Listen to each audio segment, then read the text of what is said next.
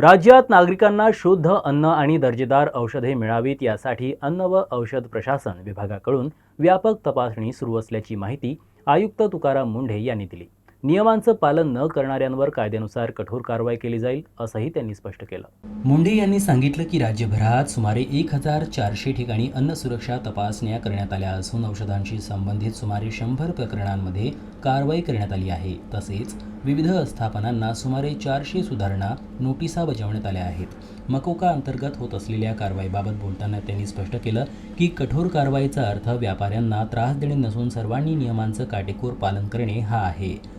नाही, आकडेवारी तर भरपूर आहे। महाराष्ट्रामध्ये आपण जवळजवळ 1400च्या आसपास इन्स्पेक्शन केलेले आहेत। फूडच्या बाबतीत 100च्या आसपास आपण ड्रगच्या बाबतीत कारवाई केलेली आहेत। त्याच्यामध्ये जे सिव्हिअर व्हायलेशन्स आहेत त्याच्यामध्ये आपण सस्पेन्शन केलेले आहे। 400च्या आसपास जवळजवळ इम्प्रूव्हमेंट नोटीस दिलेले आहेत आणि नियमापासून कारवाई करतो जेणेकरून नागरिकांना शुद्ध अन्न, सुरक्षित अन्न भेटलं पाहिजे, सुरक्षित औषधं भेटली पाहिजेत आणि एफबीओनी त्या नियमांचं पालन केलं पाहिजे, या दृष्टीने आपला प्रयत्न आहे। मकोका आणखी कठोर करण्याची गरज असं तुम्हाला वाटतं का?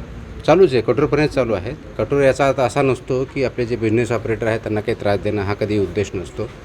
कठोर याचा अर्थ एवढाच असतो की नियमांचं पालन सर्वांनी करायचं आहे। अधिकाऱ्यांनी अधिकाऱ्यांचं काम करायचं, आम्ही रेग्युलेटर म्हणून काम करतो तर रेग्युलेशन म्हणून काम करायचं आहे। एफबीओनी त्यांना जे रूल्स दिलेले आहे, फूडच्या बाबतीत जर विचारा जवळजवळ 22 प्रकारचे रेग्युलेशन्स आहेत, ते रेग्युलेशन त्याच्यामध्ये असतात, त्याप्रमाणे कंप्लाय करायचं आणि जे कोणी व्हायलेशन करतं प्रोपोर्शनल पद्धतीने ॲक्शन घेतं। अधिकाऱ्यांनी नियमानुसार काम करावं आणि संबंधित 22 नियमांचं पालन करणे आवश्यक असल्याचं त्यांनी नमूद केलं।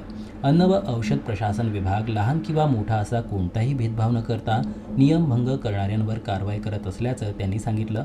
विभागाने नागरिकांच्या तक्रारीसाठी नवीन ऑनलाईन पोर्टल सुरू केलं असून त्यावर प्राप्त होणाऱ्या तक्रारींची पडताळणी करून आवश्यक ती कारवाई केली जात असल्याचंही त्यांनी स्पष्ट केलं। नियमांचं पालन न करणाऱ्या कोणत्याही व्यक्ती किंवा आस्थापनेविरुद्ध कायद्यानुसार कारवाई करण्यात येईल असा इशाराही आयुक्त तुकाराम मुंढे यांनी दिला। आपण सर्वांवरतीच करतो। तुम्ही जर व्यवस्थित आकडेवारी बघितले तर हॉटेल्स आहेत, रेस्टॉरंट आहेत, डेअरी आहेत, ग्रोसरीमध्ये आहेत, ऑइलमध्ये आहेत, ड्रग्जवरती आहेत, मॅन्युफॅक्चरवरती आहेत, सर्ववरती आपण कारवाई केल्यात। आपल्याकडं पोर्टल चालू झालेलं आहे, ग्रीव्हन्सेस येतात, तक्रारी येतात, त्याचं ॲनालिसिस होतं, आपल्या विभागाची आकडेवारी आहे आणि ज्याप्रमाणे येतात त्याप्रमाणे आपण शहानिशा करून त्याच्यावरती कारवाई करतो। त्याच्यामुळे कोणत्याही प्रकारचं लहान किंवा मोठा, छोटा किंवा या भागातला असं कोणतंही डिस्क्रिमिनेशन होत नाही।